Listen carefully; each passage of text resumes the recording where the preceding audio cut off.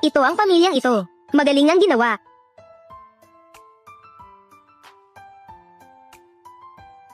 Hayaan mong kagatin mo ako.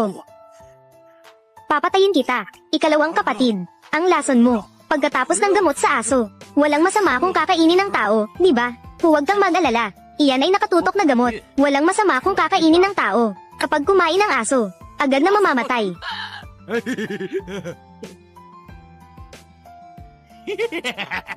Ang asong iyon, wala nang tunog.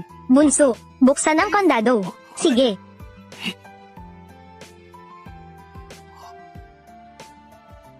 Nakakatandang kapatid, nasa harapang aso, at sumisipsip pa ng halimaw. PFFT, sa aking paningin, isa lamang itong karne sa chopping board. Kumilos.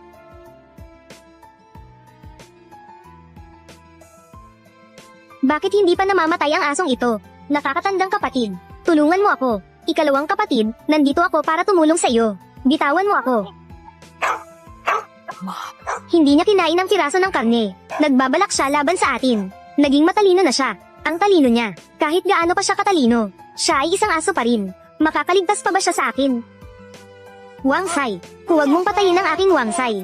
Matandang bunso, maghanap. Ikaw, matandang walang kwenta. Paulit-ulit mong sinisira ang aking mga plano. Ngayon, papatayin kita. Talagang mabuting aso na nagproprotekta sa kanyang amo. Tumawag ka ulit, papakainin ko siya ng bala.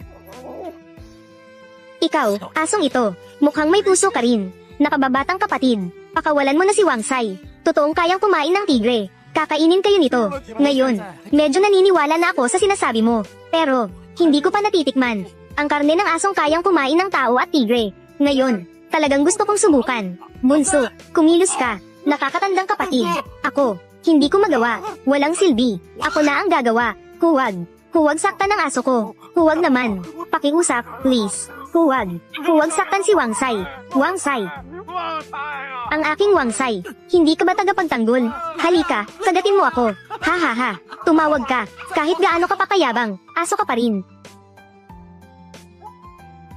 Hindi ba kayo kumain? Turuan niyo ng leksyon ang asong ito.